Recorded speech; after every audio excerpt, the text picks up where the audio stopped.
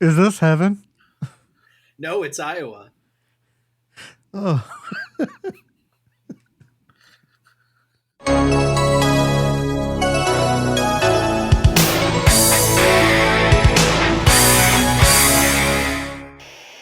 What's up, everybody? Welcome back to the Retro Review. I am the Bearded Geek, also known as Kevin. Over here we have Mikey the Freak and Steve. You guys kill me. What's up? What's going on? Shenanigans right when we hit the We record have so button. much fun on this show. You guys should be here with us. It's so much fun. If you haven't figured it out, by the thumbnail or that lame-ass intro, we are going to be doing the movie Field of Dreams. But before we get into it, let's check out that trailer. Yes, let's. That was take 2. Yeah, I know, right? Field of Dreams. Almost 3. Yeah. Probably should have been. Something totally illogical. What's up with that tired sweater? That's what I like about it.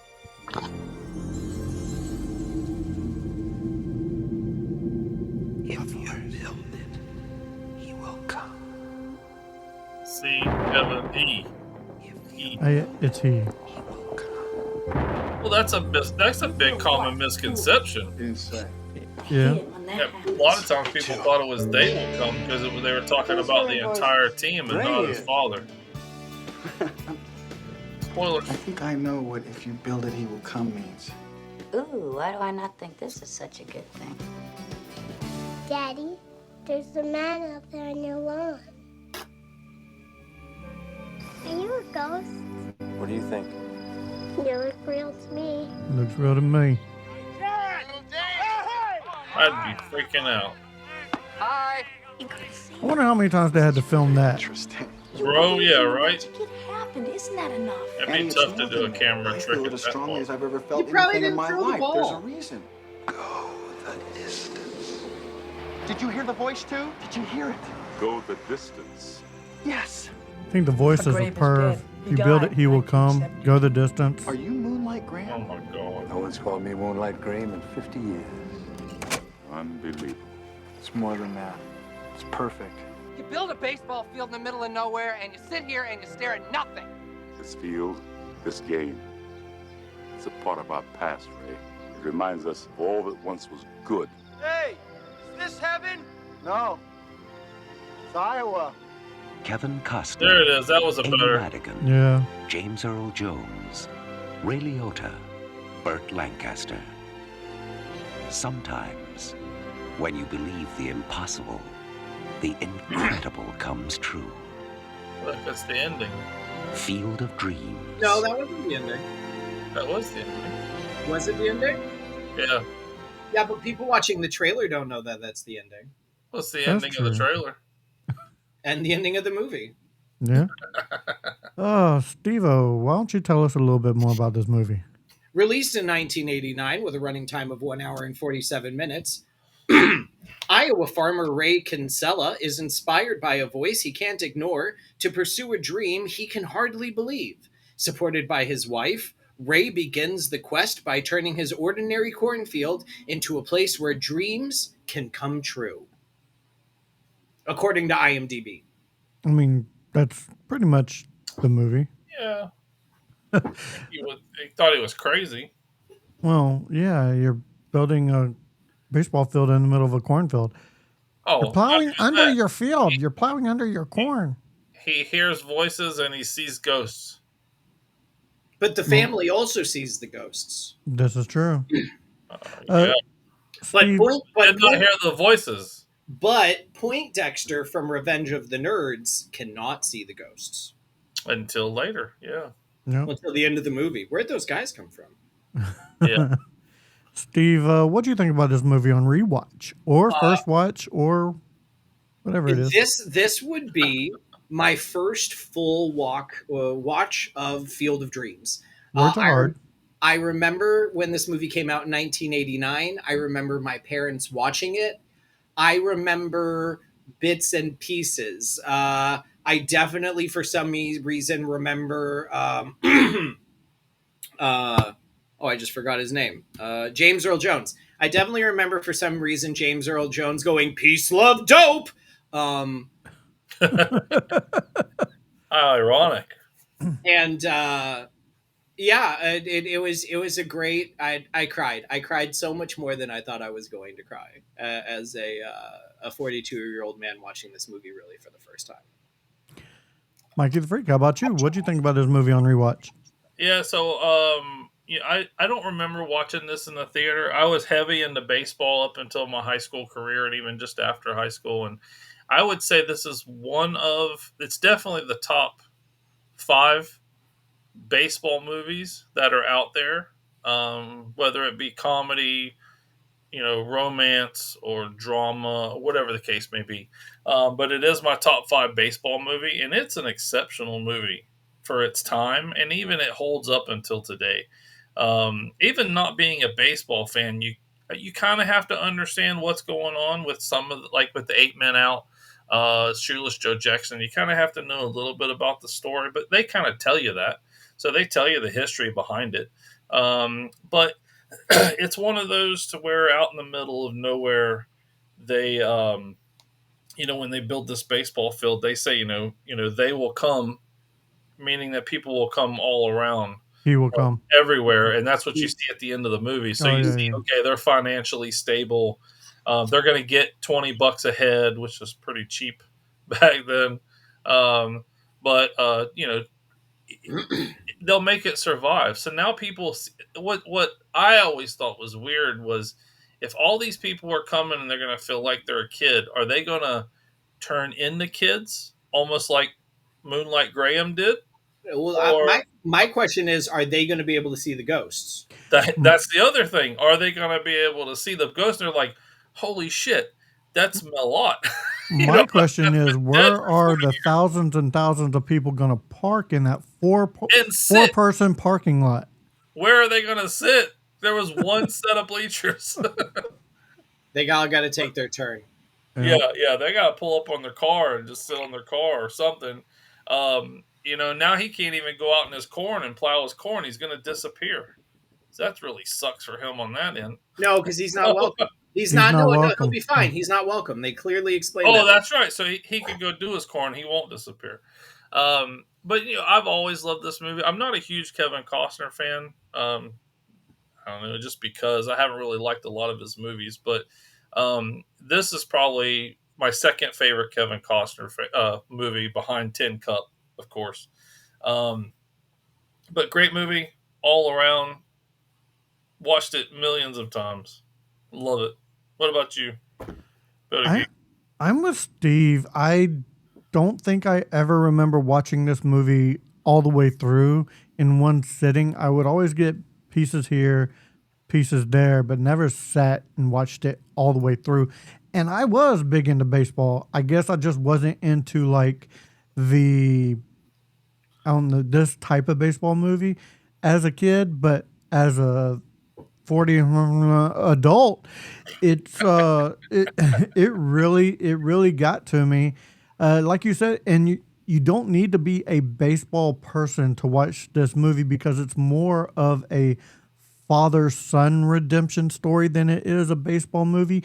Baseball is part of it. It's the connective tissue of the movie, but it's more of a father-son redemption story. It was for him to tell his father that he was basically sorry and he wanted to play catch. And I kind of teared up at the end too, because I recently lost my dad, I'll tell you what, I cried more at the Moonlight Graham with the kid at the end, with him coming to the edge, and like that whole scene with the realization. I remember that scene as a kid, not understanding what it truly meant, with the whole backstory of Costner going back in time and then picking up Archie Graham as a teen or as a 20-year-old.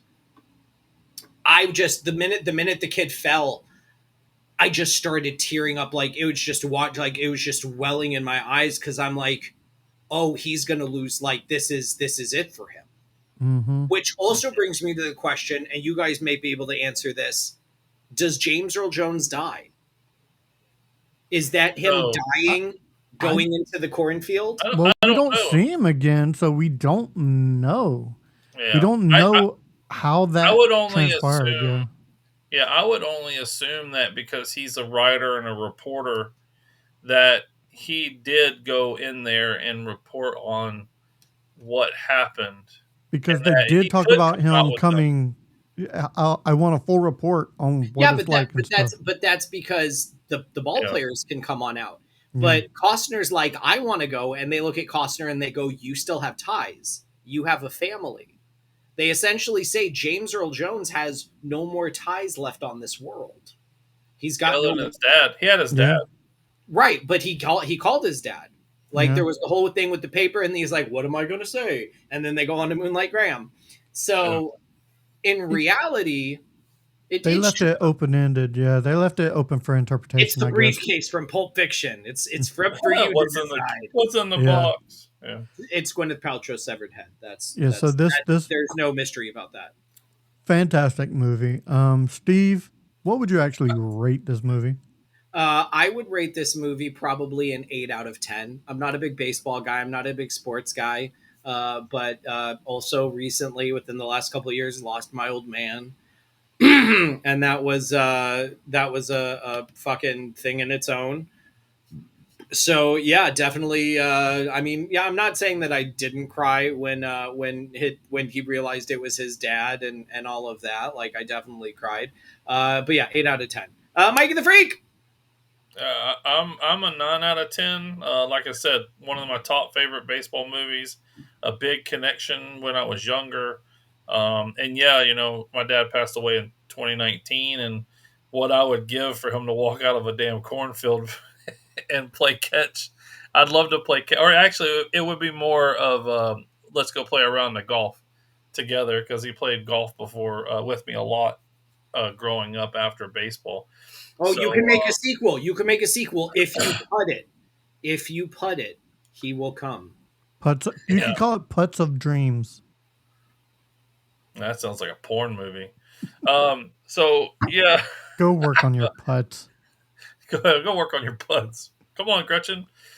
So yeah, it's yeah, definitely a 9 out of 10. Emotional connection. I did tear up at the end when he said you wanna play cat. Even thinking about it, I started to get emotional now. So yeah, it was such a sweet and tender ending for him to have that closure, because they ended it with bad blood before he passed away. So what about you, Pretty Geek?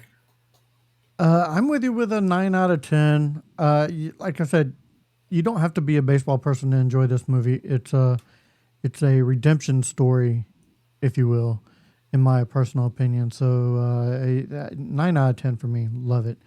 Now we're going to move over to some interesting-ish facts. Let's see. The movie lines, "If you build it, he will come," was voted the number 39 movie quote by the American Film Institute out of 100. The last cinema film of Burt Lancaster. He was 74 at the time of filming. And he went into the corn, so yeah, that was the last one. Yep. The newspaper clipping that Anne Seymour reads aloud is a copy of Moonlight Graham's actual obituary. The byline of the author Vita Pinkvar is visible on the clipping. So that was his actual obituary. Yep. And that was your interesting-ish facts. Steve, what do we have for soundtrack? We have Crazy, written by Willie Nelson, performed by Beverly D'Angelo. Daydream, written by John Sebastian, performed by The Lovin' Spoonful. Jessica, written by Dickie Betts as Dickie Betts, performed by the Allman Brothers Band. China Groove, written by Tom Johnston, performed by the Doobie Brothers. And Lotus Blossom, written by Billy Strayhorn, performed by Duke Ellington. All right. Mike the Freak, what do we have for related reels? All right, let's see. What do I got? Let's see. I got Kevin Costner Everybody's favorite 1980s heartthrob. 1980s heartthrob sports enthusiast. He's in so many damn sports movies. It's so crazy. My favorite Tin Cup, like I mentioned before, is my favorite sports movie by Kevin Costner. Justice League. He's in the DC universe. And Molly's Game, which is actually a very good movie. Is there a flashback to Superman's past in Justice League? Yeah, he's in Justice League. He's credited as Jonathan Kent. No, he's Superman's dad. Mm-hmm. No. Jor-El is Superman. He's Superman's Earth dad. Jesus. Busted. All right. Ray Liotta, The Rat Pack, Goodfellas, which is one of my favorite movies with Ray Liotta, and Blow. Timothy Busfield, which we mentioned before, Revenge of the Nerds. I loved him in Revenge of the Nerds. Quiz Show, and another baseball movie, Little Big League. He was also in Sneakers. With Ken Griffey Jr. Sorry. Mm-hmm. Ken Griffey Jr. was not in Sneakers. He has sneakers. Yeah. I own a pair. He has sneakers. And he was in Little Big League. And he was in Little Big League. Get that wink.